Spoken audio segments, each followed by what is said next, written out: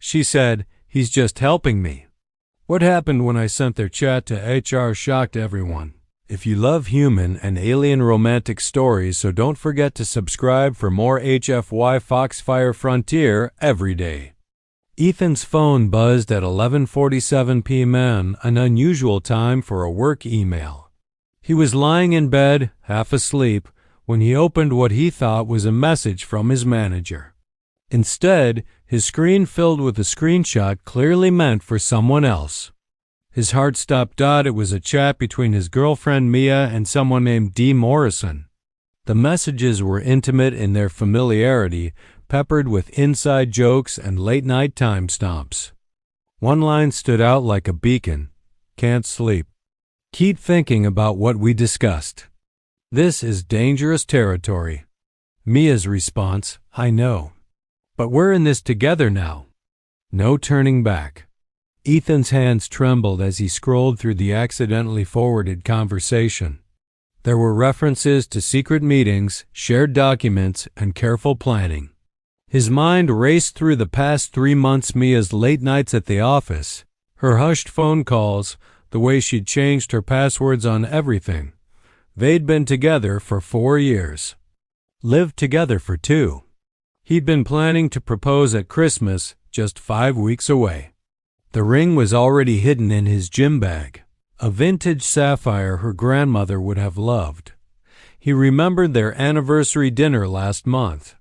Mia had seemed distracted, checking her phone repeatedly.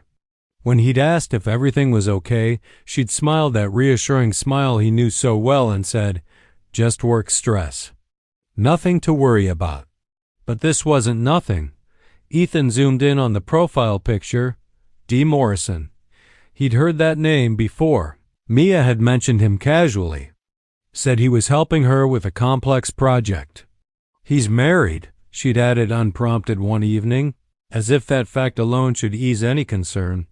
That detail now felt like a red flag rather than reassurance. His chest tightened as he reread the messages. The tone was too comfortable, too personal. There was an intimacy in the way they wrote to each other, the kind that develops when two people spend countless hours together, sharing more than just spreadsheets and conference calls. Ethan looked at Mia sleeping peacefully beside him, her dark hair spread across the pillow. He wanted to wake her, demand an explanation. But something held him back. What if he was wrong? What if there was a reasonable explanation? Or worse, what if he was right? Dawn broke gray and cold, matching Ethan's mood. He'd barely slept, spending most of the night in their home office, staring at that screenshot like it might reveal hidden truths if he looked long enough. Mia found him there at 6 a.m., still in yesterday's clothes. "Babe, did you pull an all-nighter?" She leaned against the doorframe, wearing his old college t-shirt that barely reached mid-thigh. 3 years ago, that sight would have pulled him back to bed. Now it felt like a performance. "Couldn't sleep," he managed, closing his laptop quickly. She crossed the room, her bare feet silent on the hardwood. When she wrapped her arms around him from behind, resting her chin on his shoulder, he had to force himself not to flinch. Her perfume, something floral and expensive he'd bought her for their anniversary, now seemed cloying. "You've been stressed lately," she murmured, pressing a kiss to his neck. "Maybe we should take a weekend trip? Get away from everything?" Away from him? Ethan thought bitterly. Or with him? "Maybe," he said noncommittally. Mia pulled back, and he could feel her studying him. She'd always been perceptive, able to read his moods like a book. He kept his eyes on the blank computer screen, afraid of what she might see if he looked at her. "I have to go in early today," she said finally, her voice carrying a note of something guilt. Relief? Big meeting with the executive team. After she left, Ethan sat in the silence of their apartment, surrounded by the life they'd built together. Photos from vacations lined the bookshelf, them laughing in Barcelona, kissing at sunset in Santorini, soaked and grinning after a kayaking mishap in Thailand. He picked up his phone and pulled up the company directory. David Morrison, Vice President of Financial Operations. Married to Patricia Morrison for 16 years. 2 kids in private school. Family man. The kind of man who should know better. Ethan's finger hovered over Mia's contact. He could call her right now, confront her directly. That's what a rational person would do. But if she was having an affair, she'd just deny it, probably delete evidence. Warn Morrison. They'd become more careful. He needed proof. Or he needed someone else to find the truth. The HR portal stared back at him from his laptop screen. Anonymous reporting was encouraged. The company took workplace relationships seriously, especially ones that violated the ethics policy about married employees. This is crazy, Ethan thought. You're about to report your own girlfriend, but the alternative was living with his poisonous uncertainty, watching her lie to his face while she carried on with a married man. At least this way, there would be an investigation, facts, evidence. The truth would come out. Whatever it was, before he could second-guess himself, Ethan created a burner email account and drafted the message. The email went out Monday at 3 a.m. By Tuesday afternoon, the entire office was in chaos. Ethan didn't know this immediately. He worked remotely as a software consultant for a different company. His first hint came when Mia burst through their apartment door at 2 p.m., her face flushed and tear-stained, her carefully styled hair disheveled. "They're investigating me," she said, her voice shaking with fury and something else fear. "Someone sent HR screenshots of my conversations with David. They think we're having an affair." Ethan's mouth went dry. He'd been preparing for this moment for 36 hours, rehearsing his shocked response, but seeing her distress made the words stick in his throat. "What? That's insane. Who would I don't know." Mia paced their living room like a caged animal. "They won't tell me." "Anonymous tip," they said. "But someone has been watching us, Ethan, reading our private messages. This is a nightmare." She collapsed onto the couch, dropping her head into her hands. Her shoulders shook with sobs that seemed to come from somewhere deep and genuine. Ethan sat beside her, his hand hovering uncertainly over her back before finally making contact. "Tell me the truth," he said quietly. "Is something going on between you and Morrison?" Mia's head snapped up, her eyes red and blazing. "Are you serious right now? You actually think—" She stood abruptly, putting distance between them. "David is helping me with something. Something important. And now, because of this investigation, everything we've been working toward is going to blow up in our faces.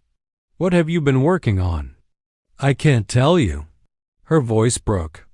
"I wanted to so many times, but it wasn't safe. And now—" Before Ethan could respond, Mia's phone rang. She answered it, her expression shifting from anger to shock to something that looked like dread. "What do you mean he's been suspended?"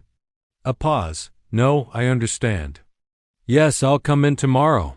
She ended the call and stared at the wall. "They've suspended David pending investigation. Patricia knows. His wife knows. God, Ethan, his marriage could end because someone decided to play detective." The guilt hit Ethan like a physical blow. He'd thought about exposing an affair, not destroying a family. Morrison had kids. What had he done? Maybe if you just explained. Explained what? That we were meeting secretly? Sharing encrypted files? Having late-night phone calls? Mia laughed bitterly. It looks exactly like what it isn't. That night, she slept in the guest room. Ethan lay awake, listening to her cry through the wall, wondering if he'd made the biggest mistake of his life.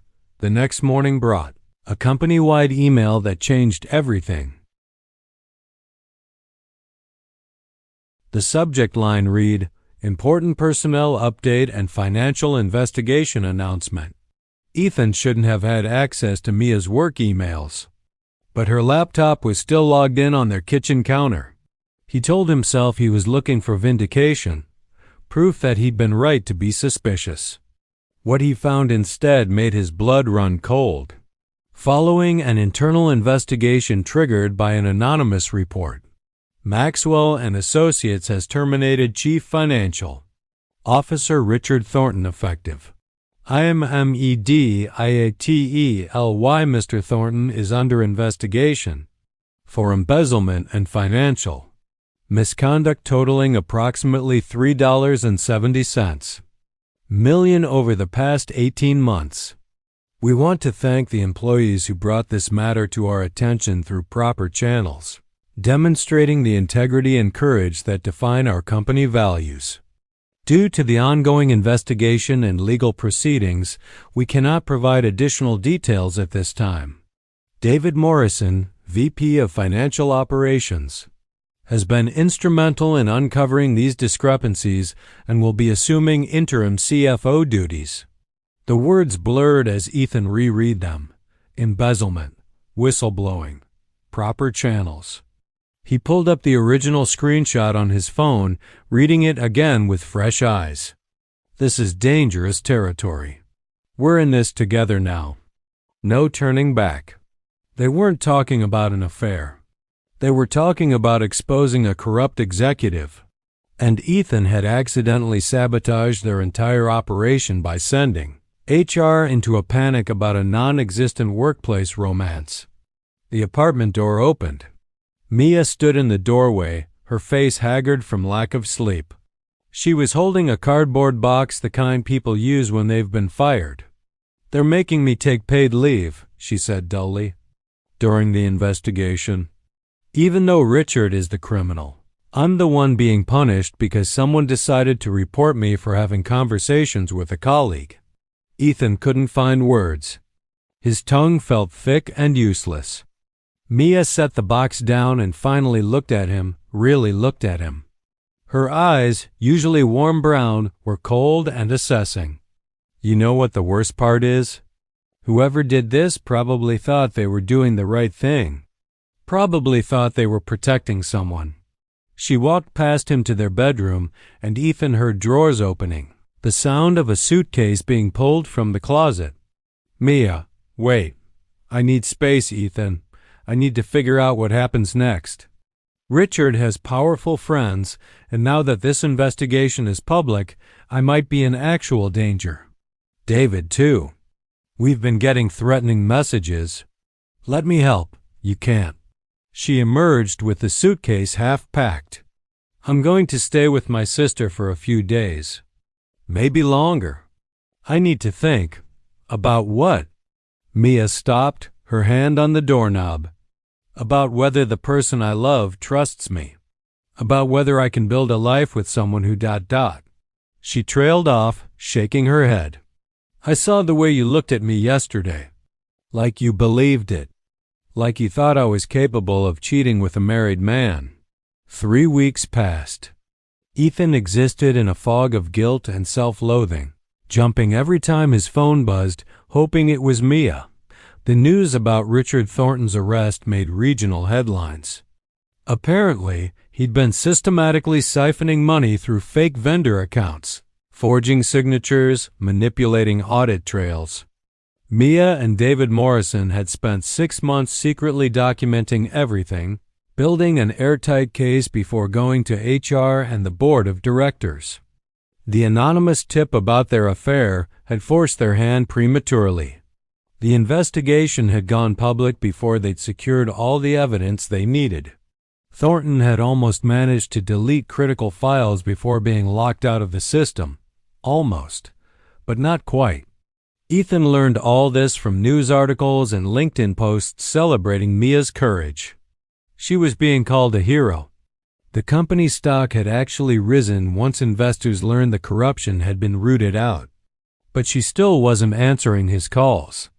On a Thursday evening, he finally drove to her sister's apartment. The doorman recognized him thankfully and let him up. When Mia opened the door, she looked different, thinner, with dark circles under her eyes, but also somehow stronger. I need to tell you something, Ethan said before she could send him away. I'm the one who sent the screenshot to HR. Mia's face went blank. What? I got a screenshot of your messages with David by accident. Someone at your office must have sent it to the wrong person. And I thought you were having an affair. So I reported it anonymously. The words tumbled out, each one feeling like pulling thorns from his own skin. I destroyed everything you'd been working for because I was jealous and paranoid and I didn't trust you. For a long moment, Mia just stared at him. Then she started laughing, a harsh, broken sound that made Ethan's chest ache. You? It was you? She leaned against the doorframe like her legs might give out. I've been losing my mind trying to figure out who would do this. I thought maybe Richard had someone spying on us. I thought I'd put David's family in danger, ruined his marriage, because I wasn't careful enough. And it was just my boyfriend being jealous. Mia, I'm so sorry. You didn't trust me. Her voice was quiet now, deadly calm. In 4 years together, you never once asked me directly what was going on. You didn't give me the benefit of the doubt. You just assumed the worst and acted on it. I know, and I hate myself for it. But if you could just, I would have told you eventually, she interrupted.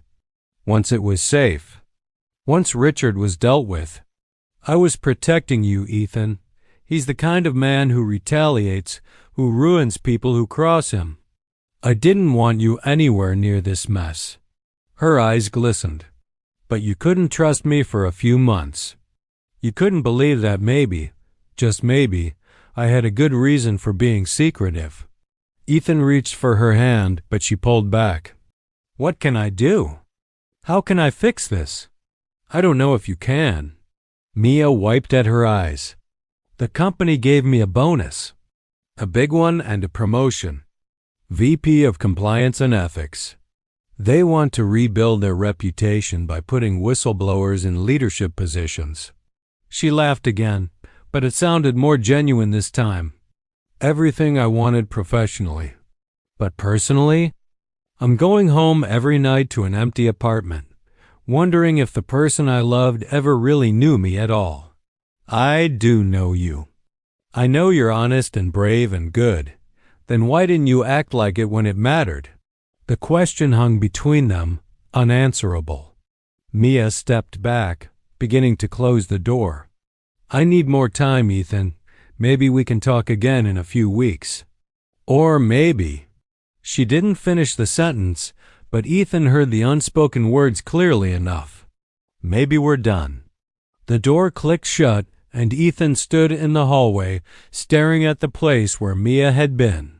His pocket felt heavy with the weight of the engagement ring he still carried everywhere, a talisman of a future that might never exist. He'd tried to protect their relationship by exposing what he thought was a betrayal. Instead, he'd learned the hardest lesson of his life. Sometimes the real betrayal isn't what someone does behind your back. It's not believing in them when they needed you most. The elevator doors opened, and Ethan stepped inside, watching the floor numbers descend. In his pocket, his phone buzzed. For a wild moment, he hoped it was Mia changing her mind. It was his mother, asking if they were still coming for Thanksgiving. Ethan didn't know how to answer. He didn't know anything anymore, except that trust, once broken, doesn't just glue itself back together. And some mistakes, the ones made out of fear instead of love, leave scars that never fully fade. The shock wasn't the chat. It never had been. The shock was how quickly suspicion had destroyed what honesty was trying to protect, and how the truth, when it finally emerged, brought not relief but the devastating clarity of what he'd lost. The end.